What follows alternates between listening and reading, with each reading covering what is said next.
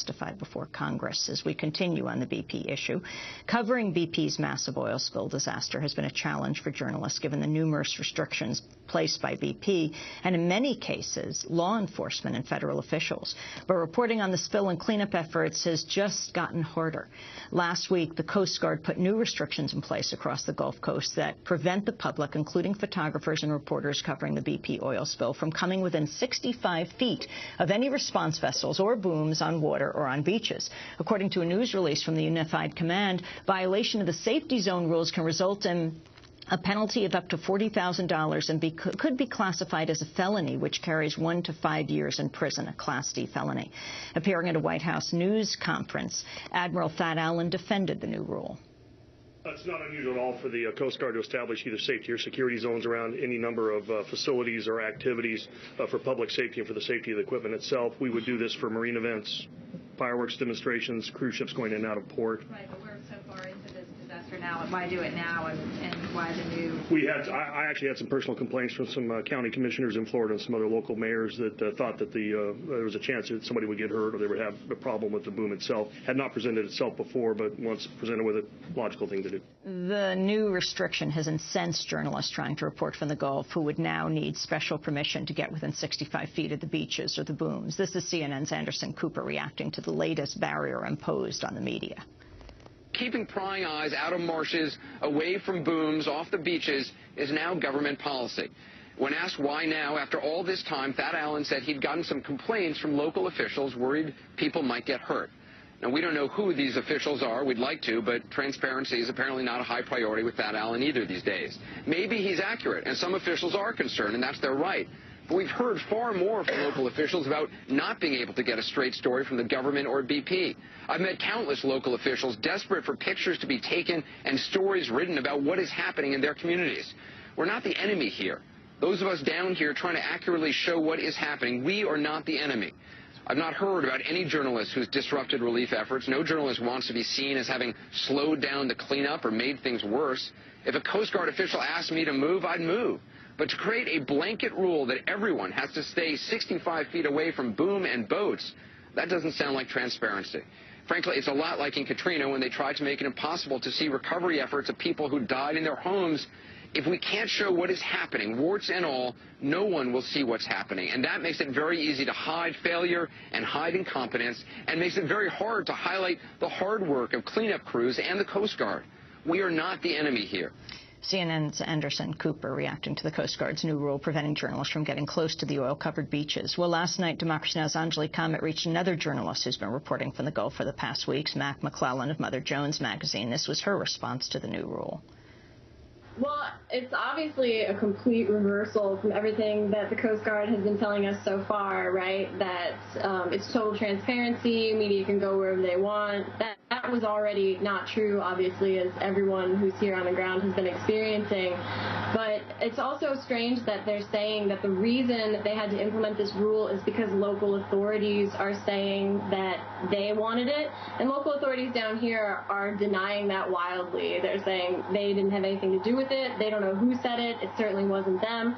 So it's hard to see any reason for that happening other than them trying to keep media access away, which is what they've been saying they haven't been trying to do this whole time.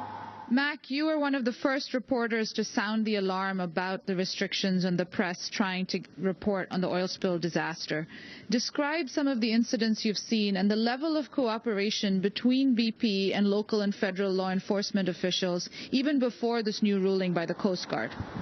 Oh, yeah, I mean, my problems with access go back, more than a month now. So there are roadblocks that are manned by sheriff's deputies in any place that could be blocked off by a road, in places that you can't block road access where there's just open beaches.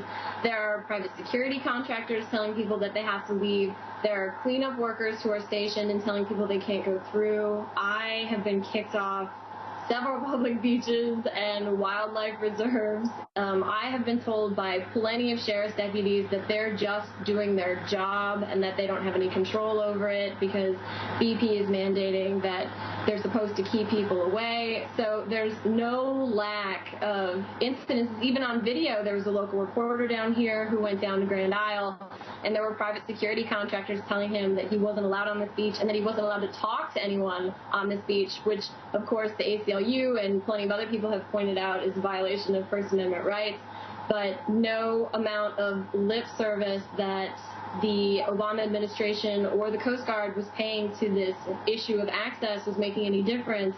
And now that they've actually banned it, I can't imagine how much harder it's going to get. Mac, is this ban going to stop you from going near the cleanup sites, from doing your job as a reporter? Yeah, I'm hoping that if I get arrested, which I really hope won't happen, that somebody will bail me out with that $40,000 fine. But that's what I'm here to do. That's what everybody who's down here is here to do. We can't just stop working because the Coast Guard has said that we need to stay away from these various sites. And at this point, there seems to be so little oversight of not just the spill itself, but of the cleanup operations, that the press is one of the only things that we have keeping an eye on this at this point. Mother Jones, reporter Mac McClellan via Democracy Now! Video stream from New Orleans. Well, for more on this story, I'm joined for just a minute now from northern Minnesota by independent journalist Georgianne Nienaber, who's also been reporting from the Gulf Coast for the past several weeks. Her reports and photographs are available on Huffington Post. One of her latest posts is called Facing the Future as a Media Felon on the Gulf Coast. Georgianne, we welcome you to Democracy Now! Talk about your experience being stopped by a private security company. Well, the most egregious, I think, was when I was on Grand Bayou with Rosina Philippe. I think you've interviewed her, too, before. And we were simply taking a tour of Grand Bayou, and the Louisiana wildlife officials stopped our vessel and said basically that she was a 14-foot boat. She has a 16-foot boat, and insisted that we wear life vests, which are required if you're in less than a 16-foot boat. And when the official saw my camera, he said, put it away, no pictures. So it clearly felt more than their concern for our safety. It was a message that we're not to be taking pictures down there. You have said these restrictions remind you of working in the Congo.